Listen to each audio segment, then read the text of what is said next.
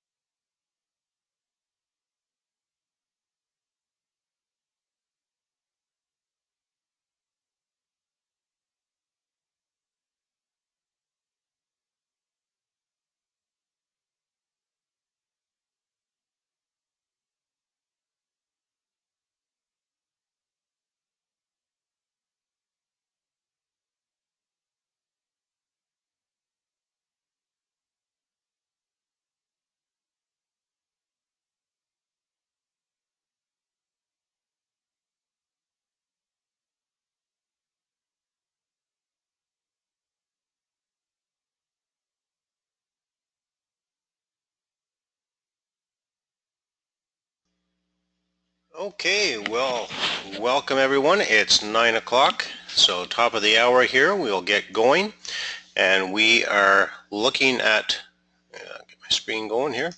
That's right. We are looking at module number 3 review with the Q&A, and sorry, just getting things out of the way here so I can see the screen better. This lesson was all about, or this module was all about options and how options can be used in various forms in real estate. Options are used quite frequently and maybe better known in the stock market world. However, options are used on a regular basis throughout business, and of course we're focusing our attention on real estate, so that's what we're going to be talking about tonight. Now, what is an option? Well, quite simply, an option is a contract that gives the buyer the right, but not the obligation, to buy or sell an underlying asset at a specific price on or before a certain date.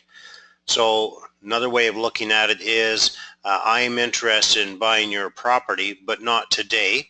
I'm interested in buying it maybe 5, 10, 15 years down the road. And what I'm going to do is I'm going to make an offer to you to purchase your property at a future price that we both mutually agree upon. And I may give you something in form of monetary exchange in order to make this a binding legal contract. It can be as little as $1, but it's usually going to be more than that. And this option fee that I pay you can be non-refundable, which means you then get to use it and make use of it, spend it, do whatever you want with it immediately. Or it could also be that we negotiate that it is put into a trust account and used as a down payment in the future. However, it's more likely that it's going to be a non-refundable deposit in order to convince the other person to enter into this contract, this option contract. Option contracts have been around for a long, long time, but it's quite simply just an agreement between two willing parties to agree upon a price and a date of sale with the option to buy it at that point in time in the future. So how is it used in real estate? Well, there's two basic forms. A lot of people play the game of speculation in real estate, where they will buy a piece of property in the hopes that it will go up in value over a short period of time or a long period of time. That's speculation. That's not really, I don't consider that to be real estate investing per se. That's more speculation. So the use of options can help you play the game of speculation and greatly reduce the risk of losing money. The more common way of using options in real estate that probably most of you are familiar with is lease options, or better known as rent to own. And we'll quickly look at sandwich lease options and purchase lease options just so you understand the difference between the two. We talked about optioning on land, so this is an overview of the city of Ottawa and Gatineau, and this was back when Ottawa had applied for and was awarded the Ottawa Senators franchise for an NHL hockey team. So once they were awarded the franchise, then speculation grew rampant, because where are they going to build this brand new arena? Well, the options were in the downtown core, out in the east end, down south of the city itself, or way out in the west end in the suburb called Canada. Now, each of these locations had some pros and cons, some good merits to it, but quite honestly, the downtown location was not going to fly simply because of the limited parking and the poor public transit in the city of Ottawa. The most attractive other locations then of the three were number 3 and 4, simply because they are in the growing areas of the city. So that was very important to realize as well. So when you take a look at the first choice would have been number 2, simply because of the proximity to the Gatineau, Quebec marketplace, so it would be an easier market to draw from. But as I mentioned, the growth is not there. So the second choice would be number 3 location, simply because it already had semi-good infrastructure for public transit in a north-south corridor, plus it had the space. So that was probably the most popular choice by people if they were betting. And then the third choice was number 4, which was way out in Canada. It was the long shot. Nobody thought that it stood much of a chance, simply because there was no public transit way the heck out there. Plus the major international airport was located out between number 2 and number 3. So it was quite a drive to get from the airport to the location out in Canada. There was no hotels, there was no development, there was nothing out there. So it really was a long shot. In the end, it was number 4 was the location that they chose. However, nobody knew that. So if you're going to have a potential profit of $20,000 to $40,000 per acre, that's a pretty significant profit. However, which property do you buy in order to realize those type of gains? That's the challenge.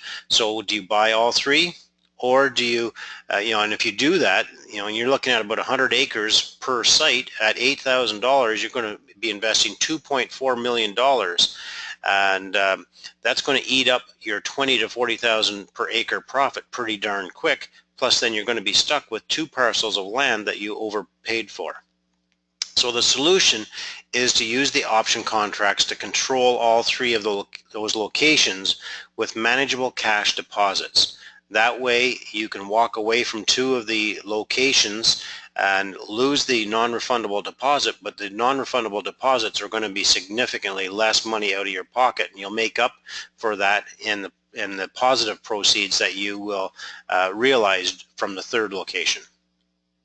Another example of this is the example of the town of Carleton Place, where I grew up, and I shared with everybody, and I showed you the town limits, how it was existing at the time. And then back in 1975, they built this new gas station out in what I considered to be the middle of nowhere. And I really didn't understand why it was out there. It struggled financially for many years. And then you fast forward 2014, the town of Carleton Place has grown significantly.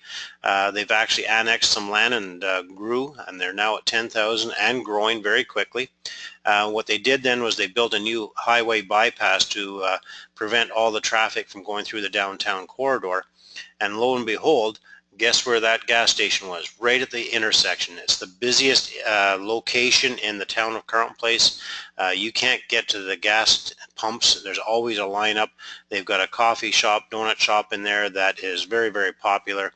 And then of course they've got all of this other development going on around this main intersection as well, which includes your Walmart, your major grocery stores, Home Depot, etc. All of these big chain stores are located in this area now. There's talk of a hotel going in, and there's where it says future development. They've just started the construction of a new housing development down that road now as well.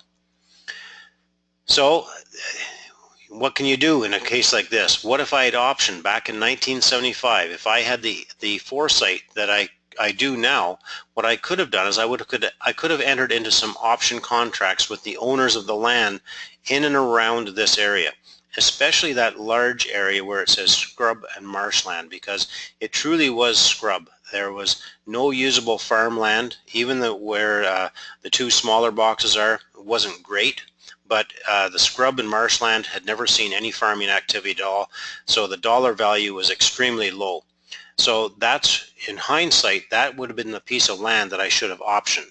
So what if, back in 1975, I took that piece of land, or 50 acres of low-lying land, which was worth less than the $500, and I put an option to purchase on it of, say, $2,000 per acre within the next 20 years. Well, the farmer is going to be extremely excited about that. I have the option to renew in 5-year increments, and I could even increase the price by 5% in order to keep it interesting, sit on the land for as long as I need to, so for 25 years. The developer will then identify the land for development opportunity and approach the owner that's on title, thinking that it's the farmer, and offer to purchase that 50 acres for $2 million.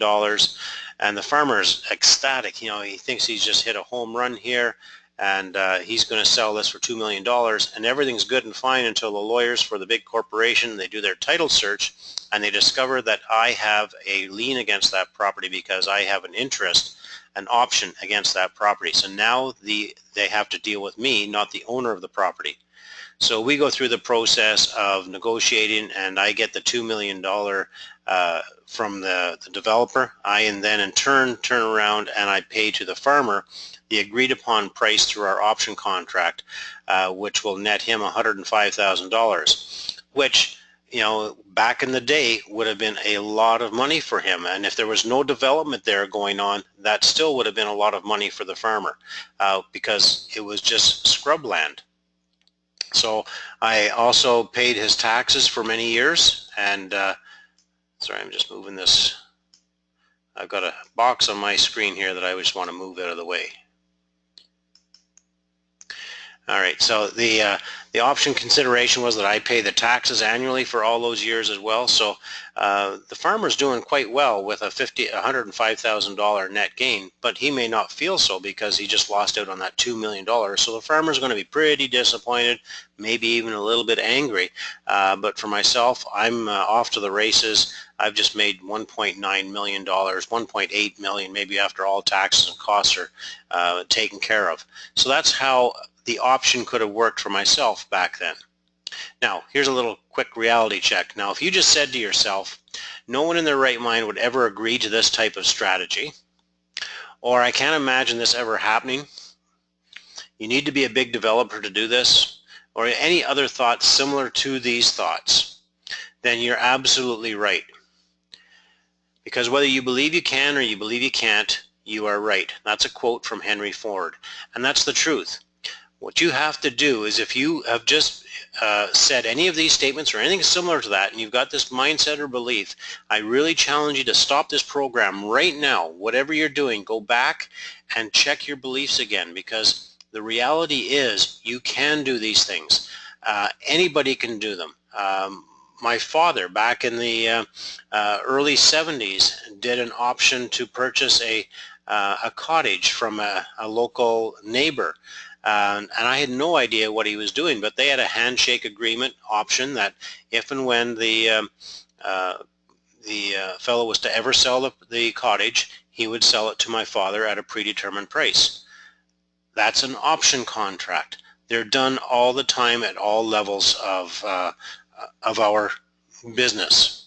So again, check your beliefs and make sure they're in check, then you're going in the right direction, because you really do have to move forward here with an open mind, because all of this stuff is real and is applicable. All right, so where could there be some good opportunities that you could take advantage of?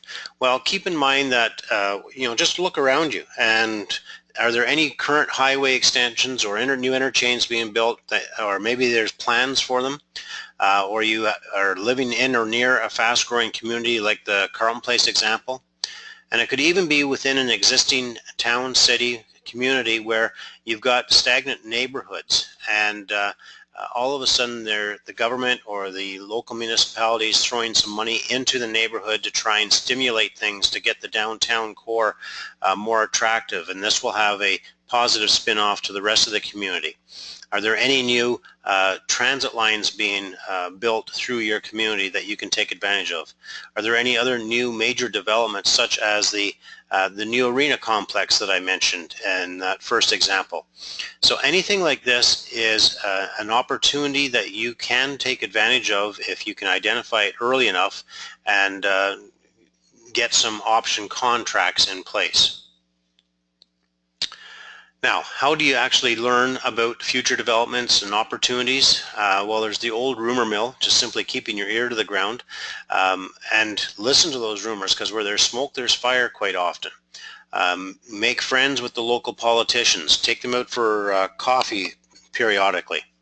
The city or the municipality has a development plan, and depending on where you're at, it could be anywhere from 25 to 50-year plan. And the cities and the municipalities, they have to have these plans in order to operate on a yearly basis. And they create these plans sort of like goal planning.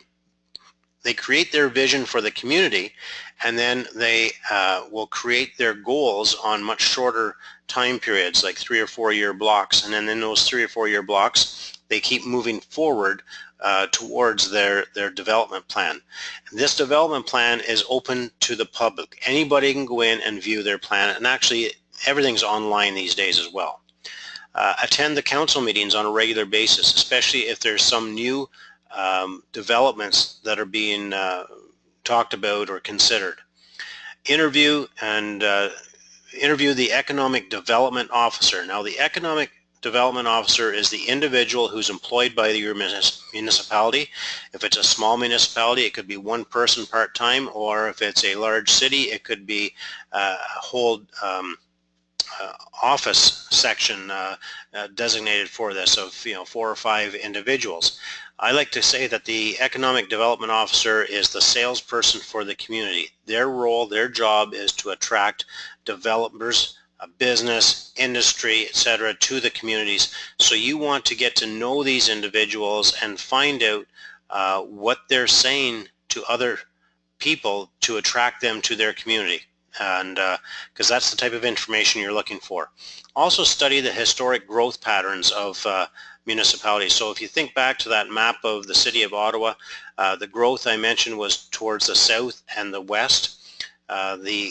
The city cannot grow north simply because of the Ottawa River that separates the province, the city, and the province from Ontario to Quebec. So the growth is forced to the east, south, or west. The east is pretty much saturated, so their focus now is south and west. But if you actually watch the growth patterns over the past 50 years, it's very interesting to see where the trend is. So all you have to do is start investing in front of where the trend is moving so that you can take advantage of that appreciation. All right, so let's jump into the lease options now. So we've got the sandwich and the purchase lease options. Really, both require no money if you structure them properly, but definitely the sandwich lease, there's no money required, no job, no credit, because you're basically the individual, but you're like the meat in a sandwich. Between the 2 slices of bread. One slice is the tenant buyer, the other slice is the seller landlord, and you are the meat putting everything together. The purchase lease option is, it can require a job if you're qualifying for the properties yourself, or somebody has to have a job and be able to qualify with income, credit, and some money, unless you do the JVs and use of other people's money. With the sandwich lease, what you're basically doing, as I mentioned, you're the meat between the sandwich. You're looking for a rental property that the owner is willing to sell at some point in the future. You convince the owner to discount the monthly rent, providing you sign a 3-year lease, and you agree to do all of the repairs and maintenance for the property up to a set amount. I've said $500. You then also negotiate the future price preferably at today's price, and you convince the owner that that's a good deal, because you're going to be giving him, if he fast forward 3 years and wanted to sell it to you at the future price, you just explain to him that if he was to try and sell it 3 years in the future, he would likely only get 95-96% of the asking price. Then he'd have real estate fees to take into consideration. Plus he's also going to enjoy 3 years of principal pay down as well. So he's actually better off to take today's market value at full price and accept that at 3 years in the future. It can be a little bit higher, but that's how you would negotiate and justify it. You then find a tenant buyer who is willing to rent that house from you, so it becomes a sublease, and they are going to pay above market rent. So you get to keep the spread between the discounted rent and the above market rent, and you agree to pay them back a portion of that spread at the end as a option, as a down payment for the purchase. They agree to purchase the property from you at the future price. So again, you get that spread of between the future price and the price that you're going to pay today's value. And the tenant agrees to do all of the repairs and maintenance as well, because they are tenant buyers in training. So they're going to agree to do all of the repairs and maintenance at least at the same $500 per occasion. So it's a wash for you. There's no money out of your pocket, but there's also the potential for you to make a little bit of money if you charge the tenant buyer $1,000 and you charge back to the landlord or the owner of the property $500. So that's high level how the sandwich lease works. The profit can be quite lucrative as well. So again, that spread of the rent collected and the rent you pay times 36 months, the tenant buyer option fee, the difference between the future price and the purchase price. So your total money collected is $59,000, but you've agreed to pay back a credit of $200 a month plus their option fee. So net to you is $46,000. Worst case scenario, if they don't close on the transaction, you get to keep the $5,000. You also get to keep the money that you don't have to return that refund, that monthly credit of $200. So you get to keep that whole spread of $14,400. So you've actually made $19,400 on a property you don't own simply by putting this deal together. Now, I wanted to again highlight the fact that, and this is relatively new to me, this is it's called the Dodd-Frank Wall Street Reform and Consumer Protection Act, and this was brought in 2010 to help offset or compensate, prevent, whatever words you want to use, any future financial meltdowns. The government decided that part of the challenge in 2008 when they had the financial meltdown was all of the high-risk mortgages and loans that were out there for the homeowners. And that's true, that's what triggered it. The problem is much, much bigger than that. However, they're not prepared to deal with that. They're just prepared to deal with what triggered the last meltdown, and they figure that this is going to help prevent this moving forward in the future. I don't necessarily agree, doesn't matter. It's still something that you need to be aware of, understand, so that you can work around. I'm not sure, as I said, all of the details, so you'll need to learn about that if you're going to be doing any type of lease options in the U.S. market.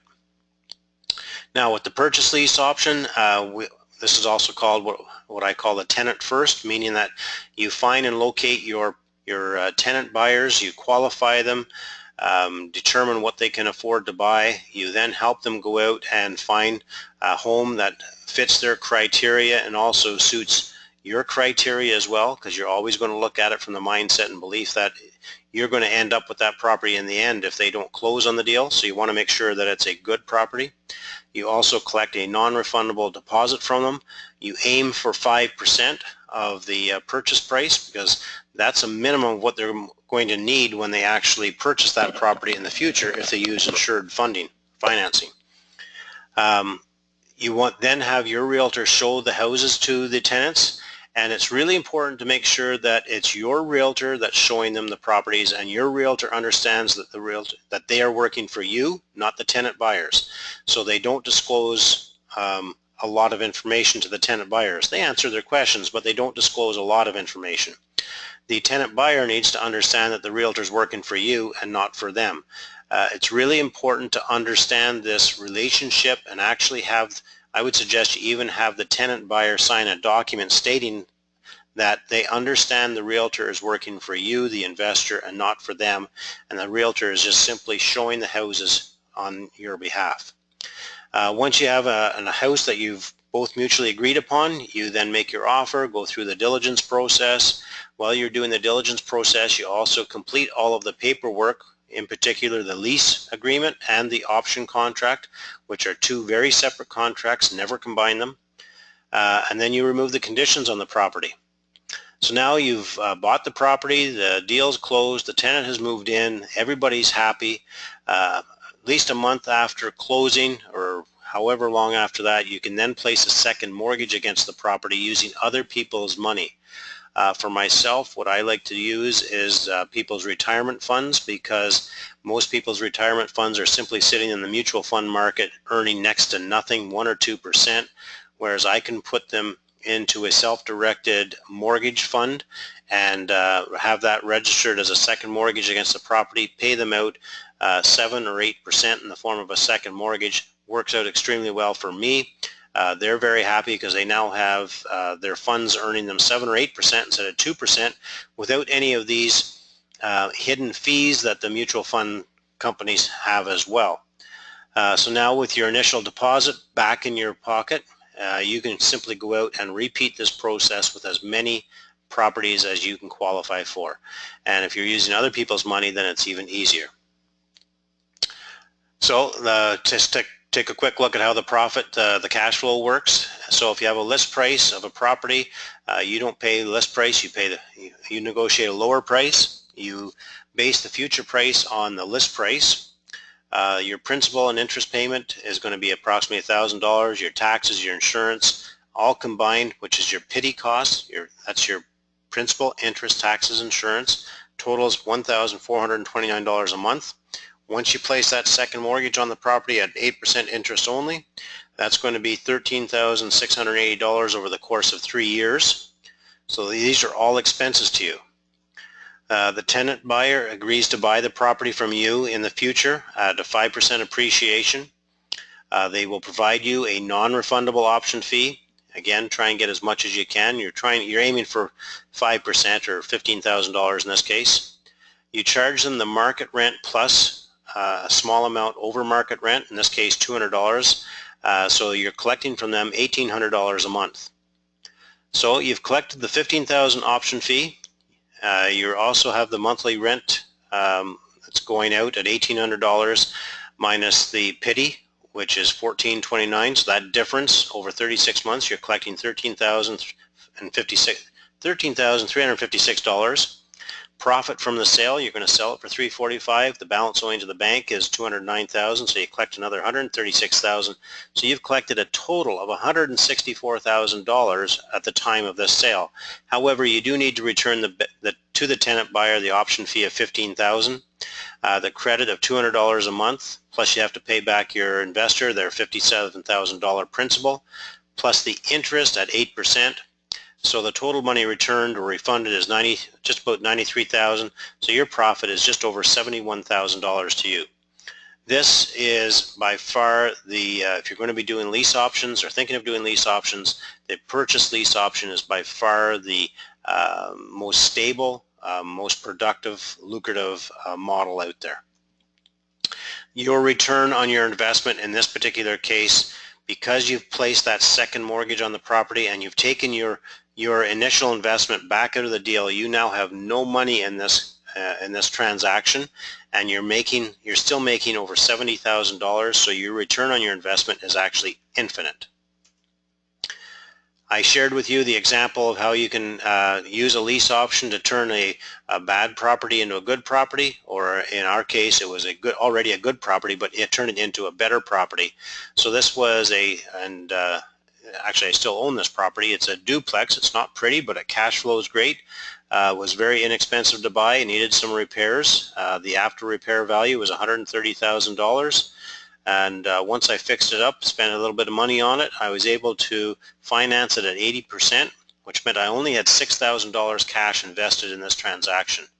Now, with the conventional buy and hold model that we have on it right now, we're collecting revenue of $15,600, and our total expenses are $1,100 a month or $13,200 a year. So our profit is only $2,400 per year, which doesn't sound like a whole lot of money, but when you think that we've only invested $6,000 for that, that's a 40% cash-on-cash return. That's without any other profit centers being taken into consideration at all. Now, when we decided to do the lease option on the property, we were able to do lease option with the tenants going into unit number 5. We increased their rent by $950. Couldn't do anything with the rent in number 7. Therefore, our total revenue increased, sorry, I got this screen in my way here, up to $18,000. Our expenses remained the same, so that's still at $13,200. Our profit now jumped from $2,400 up to $4,800, which makes a return on our investment of 80%. Yet when you take into consideration that we took in a small deposit of just $2,000, I wasn't looking for, didn't need a big deposit because I'm not concerned about the tenant not closing on the deal, because if they don't close, I'm okay with that. I still get to keep the property. So a $2,000 deposit means that now I only have $4,000 in the transaction. So my return on investment actually jumps up to about 120% annually. Plus, if the property sells, I've just made $40,000. So I'm okay either way. But that's how you can use a lease option without getting into the lease option business. You can still do lease options with your buy and holds. Other opportunities for your rent-to-owns or lease options, obviously the single-family homes is a big one and probably the most popular. Underperforming properties, just like the one I shared with you before. Also, multi-unit properties, either small or big, and you can either buy them as a lease option or you can sell your properties as a lease option too. If there's too little cash, no credit, no job, this is a great way to get into the game of real estate investing. Overvalued properties as well. You could get into a lease option at an overvalued price today and buy it based on the future price once the value catches up to that price, if you can negotiate that. Plus, you can also do businesses with the rent-to-own options. And again, I need to really make sure you understand that in the U.S. market, the Dodd-Frank Wall Street Reform and Consumer Protection Act needs to be taken into consideration. All right, so that is it for our support and our review rather. So we're now into the Q&A, and I'm just going to open up the Q&A question box here. So if anybody has any questions, by all means, please feel free to ask away. I do have, what have I got here? I got 1, 2, 3, 4, 5, 6, 7 or 8 questions here from a few people. So I'll just go ahead and answer these questions that were sent in earlier. So this is from Rita. Not sure I understand I understand how to find out about future development. Okay, so I touched on it again here tonight, but I did go very, very quickly. The easiest way to find out about future development in a market would be, I would suggest you contact the economic development officer first and foremost, and just find out what's going on in the community that's going to be attractive or appealing to other investors and to industry to want to come to that community. Get hold of the 25 to 50 year plan, official plan for the community as well, and see what what their plans are, what their goals are, where they're planning on growing, etc. Those are probably the two most important and easiest ways to find out potential growth moving forward.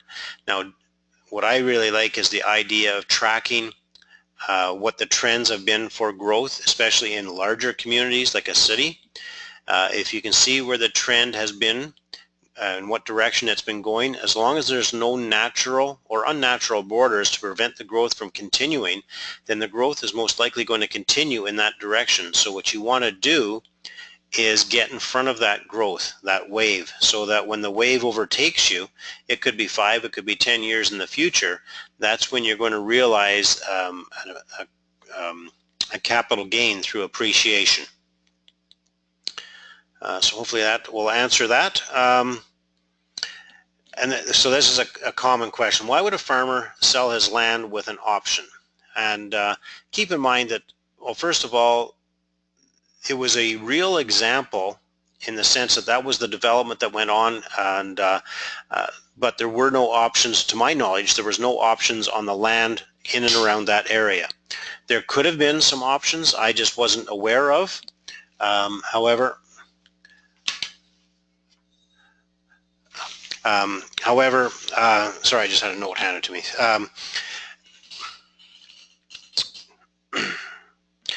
You can't, there was no, there may not have been any options in place at that time. However, it's not to say that options could not have been put in place.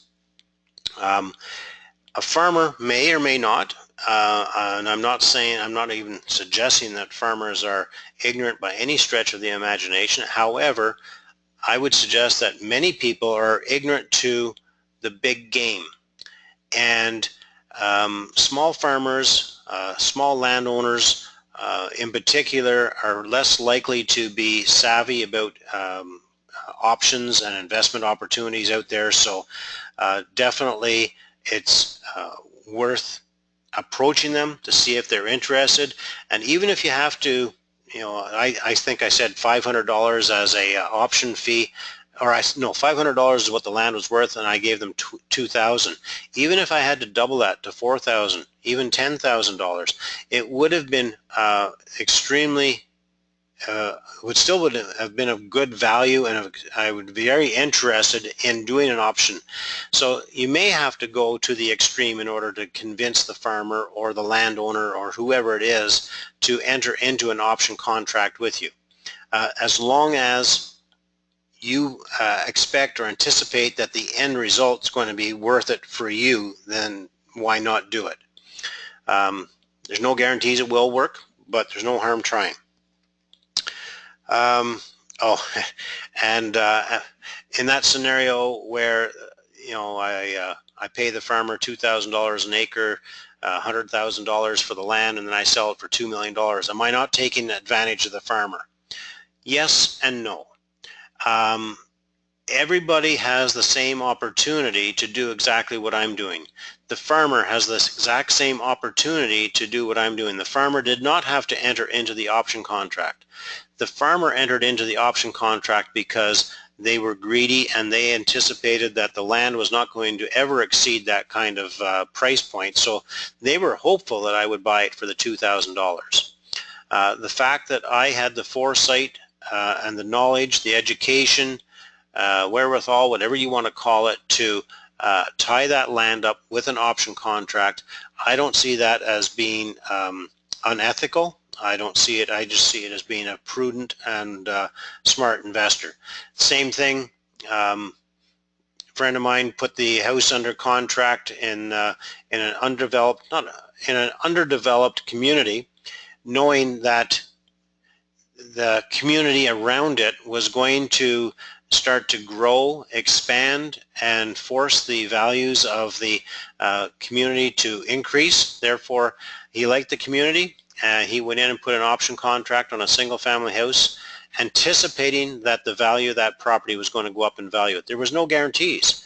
So when the property did go up in value and he exercised his option, did he take advantage of the seller? Well, some people will say yes, because he got a really good deal. Yet the seller was willing to take advantage of my friend when he put the option contract on it, and he took the option fee, which was non-refundable. So it can go both ways. All right, so that's it for Rita, I believe. Brian says, why do sandwich lease options not work very often? So quite simply, sandwich lease options have a very high failure rate because you're trying to match a tenant into a property that they may not already want or be happy with in the future. So they're making do with something rather than going out and selecting something. In the purchase lease option, you're allowing them to go out and select the house of their choice. With the sandwich lease option, the tenant's having to make do. And over the course of 3 years, quite often things change. They they don't like the house, they decide that they want a different house, whatever the case may be. It also seems to attract a lesser qualified tenant. In order to complete these transactions, you seem to have to lower your standards for your tenants, and therefore the closing ratio is very, very low. I was told, and there's no official stats for this, but I was told that less than 20% of the lease option deals actually will close, whereas with the purchase lease options, a much higher percentage of them close. Over 60% of the deals will actually close. 60 to 70% will close, and I simply think that's because the tenants, if you screen them well to begin with, they're motivated. You take the bigger deposits from them as well, so they've got more skin in the game, and you allow them to select the house of their dream moving forward. And then you go out and purchase that house for them. Therefore, they're living in the house they want to live in, not the house that they're willing to make do with. So Brian's question, continuing on here with sandwich lease options. What happens if the tenant leaves, say 12 months into a 36-month contract? Therefore, you don't have a tenant anymore. Well, that's true. So there is some risk. There's a couple things that you can do. If the tenant leaves early on, what you can do is you can find another lease option tenant to rent it out to, or keeping in mind that you get to keep the non-refundable deposit from the tenant that just left, so that helps with the carrying costs.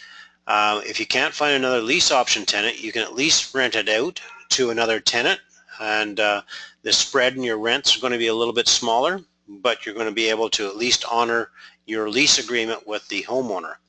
A better option, though, that I like is, instead of entering into a 3-year lease with the owner of the property, you enter into 3 one-year leases. You could even go into 6-month leases if you want. But at least with 3 one-year leases with an option to renew at the end of each year, you then are able to get out of that agreement early if need be, and therefore minimize your losses. So that's one idea. Now, I don't want to get into a whole lot of detail because I want to remind you that this is not a lease option course. This is just explaining at a very high level what lease options are all about, because I could talk for 2 full days about lease options alone and how to do them, how to structure them. All I'm doing here is explaining the concept of the lease options so that you see the opportunity to make use of them in a creative way in your game of real estate investing. All right, so I have an email or a question here from, and I can't read the name. I don't know the name. I've got just the email address. Can I explain the Dodd-Frank Wall Street Reform and Consumer Protection Act? Very quickly, simply, no, I can't. It's a very convoluted document. I'm not 100% sure because it doesn't specifically say that in this act. It doesn't say that with respect to lease options that you can do this, you can do that, you can't do this, you can't do that. It's not that cut and dry. What it is related to is the loans and how the money flows between the investor and the tenant buyer. So it has something to do with the credits that you hold back and you give to the tenant on closing. It has something to do with the money, the down payment. So it's all about the financing. There are ways of getting around that. There is a money broker that you can hire. I'm not sure if I'm using the correct terminology there or not, but you can employ the service of a money broker to structure this deal, because with this new act, the fact that you are structuring financing, you are actually brokering mortgages and money. And in the eyes of the government, they don't want you to be doing this, because that sort of opens up a can of worms and allows all this creative stuff to potentially get out of control, and you start to have unethical activities taking place. And so that was the intent, was to protect the consumers and make it more difficult for the lenders, whether they be private lenders like ourselves or what we're deemed to be when we're putting these deals together. So that's about all I can really say with respect to that Reform Act or Protection Act as well. But just, I mean, it is designed to help prevent the borrowers from entering into high or creating high risk loans and mortgages, and prevent these creative lending practices, which led to sort of a house of cards with the housing mortgage in the U.S. market.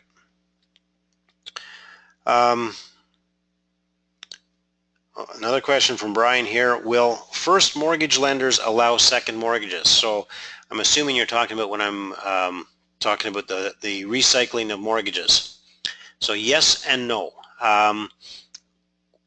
The rules will keep changing. So when you get a conventional first mortgage, you need to be aware of what the rules are, and keep in mind that they're just rules. They're their rules. It's not illegal to put a second mortgage behind it. It can be one of the prerequisites of the lender saying that we do not want any other secondary financing behind our property. Or they may say we do not want any combined financing greater than 90% loan to value for the property. There's a variety of different ways of saying it, or they may just simply say nothing and just let you do whatever you want after the fact. Either way, what happens is when you put a second mortgage on the property after the fact, the lawyer will inform the first lender or anybody else that has an interest in the title of this property. They will be informed that a second mortgage has been placed against the property. Now, they have the right to come back. They may have the right to come back to you and say, no, you can't do that. I have yet to hear any lender come back and say, no, you can't do that. I have spoken with a couple bank managers in the past, and not specifically about this, but in generality about this idea, this concept. They're not really concerned about what goes on behind them as long as you continue to make your payments. That's all they're really concerned about. So you're not hiding anything, because when you place that second mortgage on the property, the first lender is being informed about it. Whether they do anything about it is entirely up to them. If they do nothing about it, then don't worry about it. It's not mortgage fraud because you're not hiding it. There's full disclosure, so you don't need to worry about that. You're not going to go to jail. The worst thing that's going to happen is they're going to contact you and say, remove that second mortgage or pay them out, which means you have to find another source of money to pay out that second mortgage, leave your money in there, or find a new first lender altogether. All right, I've got one last question here, and nobody's typing in any questions. Quiet bunch here tonight. Okay. So this is from Rita. I'm not sure where Rita is from off the top of my head. She didn't say, but she said, in the duplex example that I shared, why not evict a tenant, increase the rents, and improve the cash flow that way? Well, Rita, it depends where the investment property is. It doesn't depend on where you live. It depends where the investment property itself is located. So in my particular case, this investment property is in Ontario. In Ontario is, if it's not the worst place, it is the second worst place to invest in between all of the states and all of the provinces in North America. The only place that is worse than Ontario would be the state of California. In these two areas, California and Ontario, they are the two worst markets for landlords to be investors, simply because of the socialist governments that have been in place for previous years, and they've allowed for the creation of rent controls. And these rent controls will dictate how much you can increase the rents, when you can increase the rents, how you can increase the rents. Now, it could be worse than what it is for us, because in times past, even when the tenant vacates on their own accord, in the past we were not allowed to increase the rents. However, that is no longer the case.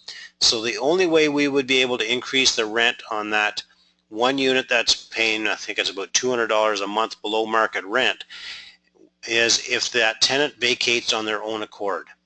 And we can't simply say that we want to move in there and evict them. The tribunal, the governing body that regulates the landlord and tenant, will see through that, and they will not allow that to take place. Now, if it's a legitimate case where I or my family member is going to move in there and I can prove that we need that space, then they will allow us to evict the tenant.